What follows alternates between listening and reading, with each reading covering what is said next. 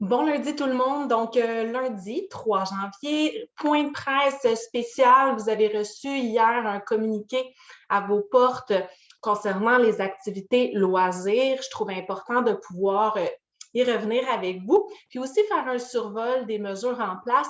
Mais avant, au nom de toute l'équipe et malgré le gris du ciel COVID, on vous souhaite une merveilleuse année. Puisse-t-elle être pleine de bonnes surprises, d'adoucissement, hein, parce que les assouplissements, on ne le saura pas tout de suite, mais d'adoucissement des années précédentes. Merci à vous tous de votre confiance pendant ces temps pour le moins incertains. Donc, voilà, mot très sincère de la part de l'équipe des résidences du marché. Sinon, sans plus attendre en ce qui a trait aux mesures COVID. Donc, vous avez été nombreux à poser des questions. Oui, effectivement, on a eu un point de presse assez musclé du gouvernement Legault la semaine dernière. Ceci étant dit, ce ne sont pas toutes les mesures qui changent pour nous en résidence privée pour aînés. Donc, vous êtes certains à avoir demandé qu'est-ce qu'il y en était, par exemple, des visiteurs, des proches aidants, de la salle à manger. Donc, tout est maintenu jusqu'à nouvel ordre. Vous nous connaissez, des fois, on peut avoir des nouvelles mesures de dernière minute, mais au moment où on se parle, les mesures n'ont pas changé à ce qui a trait aux visiteurs et proches aidants. Donc, vous avez toujours droit de recevoir maximum 2 personnes dans la journée. Évidemment, on vous invite, quand c'est possible, à tout de même faire des choix judicieux. Hein, c'est pas parce qu'on a le droit, vous le savez, c'est un mot que j'aime plus ou moins. Vous avez le droit de tout, bien évidemment, mais ce n'est pas parce que la santé publique l'autorise que c'est toujours une bonne idée. On vous rappelle que les cas sont très nombreux au Québec. C'est du jamais vu depuis le début de la crise. On vous veut en santé pour amorcer l'année. Des fois, il vaut mieux attendre quelques semaines, mais s'en réjouir vraiment. Je ne vous mentirai pas, les sons de cloche, les petits drapeaux lèvent beaucoup plus rapidement sur les inquiétudes COVID. On demeure très vigilant. Mais évidemment, des fois, les visiteurs de l'extérieur peuvent, bien malgré eux, être porteurs du virus. Donc, on s'en remet à vous pour vous en tenir à 2 personnes. Et le plus possible, quand ça existe, peut-être de l'éviter puis de le repousser un petit peu pour que ce soit plus agréable. Pour tout ce qui a trait aux aires communes, c'est toujours proscrit. Donc, merci, s'il vous plaît, vous, famille de nos résidents, d'éviter nos aires communes, que ce soit le grand salon, traîner, par exemple, dans les corridors ou évidemment encore plus la salle à manger. Ce sera à éviter pour les jours et probablement semaines à venir. Donc, ça n'a pas changé.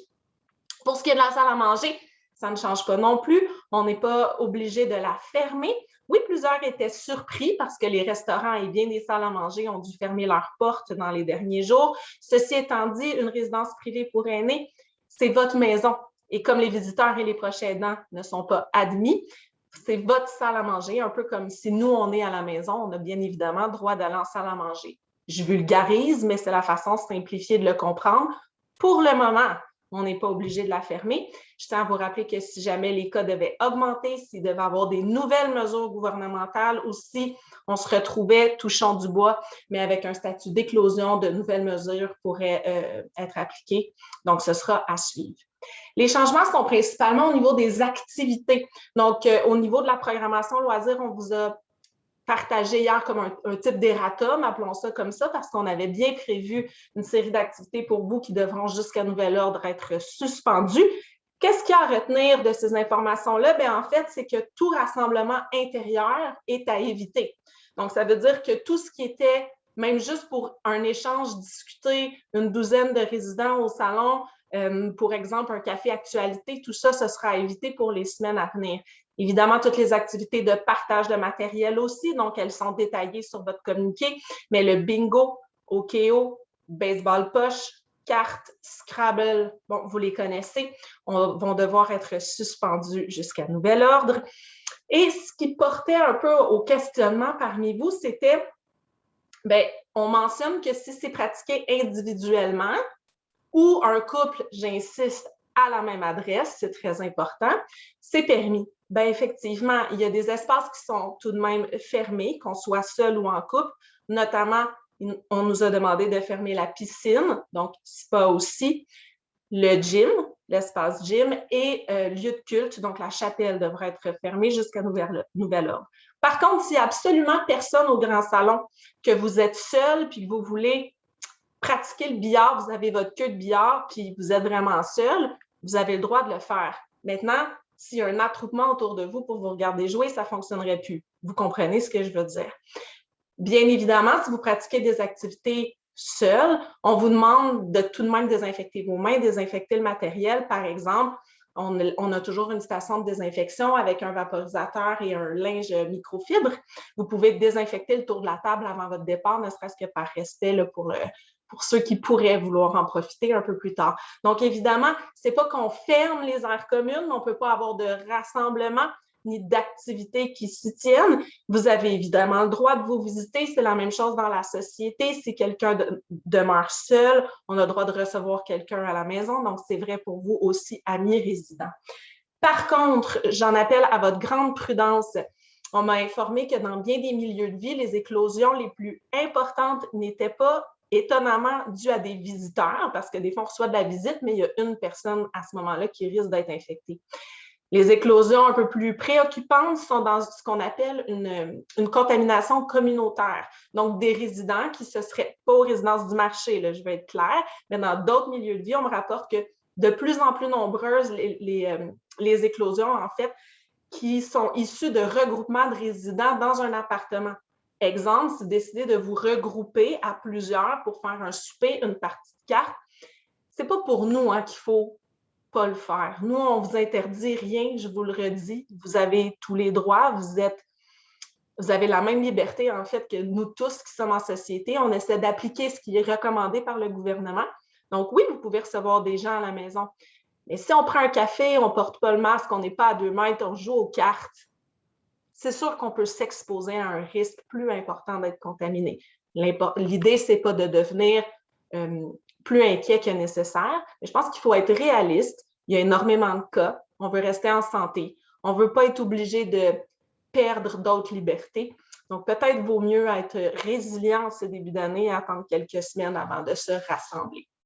Donc, à l'intérieur, toute forme de regroupement dans les aires communes, d'activités, de partage de matériel devrait être suspendu jusqu'à nouvel ordre. C'est vrai pour l'activité physique, c'est vrai aussi pour le yoga. Je devais vous attendre cette semaine. Malheureusement, on devra attendre quelques semaines avant d'avoir ce rendez-vous-là ensemble. Et pour l'extérieur, c'est permis jusqu'à 25 personnes quand, évidemment, le 2 mètres, port du masque, est possible. Ce qui veut dire que si vous avez envie d'aller vous balader dans la grande cour pour pouvoir échanger, justement, sans vous regrouper au grand salon, c'est possible de le faire, mais attention, le 2 mètres est requis. Et ce n'est pas exclu qu'en janvier, si ces mesures devaient persister, on puisse prévoir, par exemple, un spectacle à l'extérieur ou quelque chose pour vivre une activité dans les mesures du raisonnable et dans toute sécurité avec vous.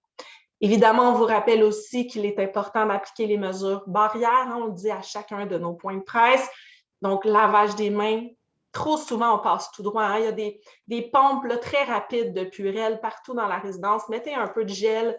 On se nettoie les mains. Ça aide à se garder en santé. Puis, c'est un combat de tous les instants. Le port du masque, le port du masque, le port du masque. Je compte sur vous non seulement pour le porter, pas dans la main, pas au bras, pas dans le cou, mais bien sur votre visage. Ça s'appelle un couvre-visage. C'est pour vous protéger, mais aussi par sens des responsabilités pour protéger les autres résidents, parce qu'il n'est jamais 100% exclu qu'on puisse être porteur sans le savoir. Donc, masque de qualité médicale, masque de procédure couramment appelé. Si jamais vous n'en avez pas, je vous rappelle qu'on en a à la réception. C'est très important d'avoir un couvre-visage adéquat. Un petit foulard où ça ne suffira pas. Le tissu s'avère être beaucoup moins efficace qu'un masque de procédure pour vous protéger. Ça va? Donc, dans l'ensemble, c'est les mesures qui ont été déployées. Pas de grands changements, vous le voyez, mis à part pour les activités. On n'est pas sans savoir que c'est contraignant et désagréable parce que c'est ce qui nous permet de passer le temps et d'un peu oublier la crise. On espère la retrouver bientôt. On en profite pour s'excuser. On a eu une brève interruption de notre service du 941 qui fonctionne grâce à une application qui était malheureusement hors service. Sachez que grâce à ça, aujourd'hui, je peux m'adresser à vous et tout est rentré dans l'ordre. Donc, notre programmation 941 va pouvoir reprendre son cours grâce à notre fabuleuse équipe de techniciens informatiques qui ont pu régler le tout tôt ce matin.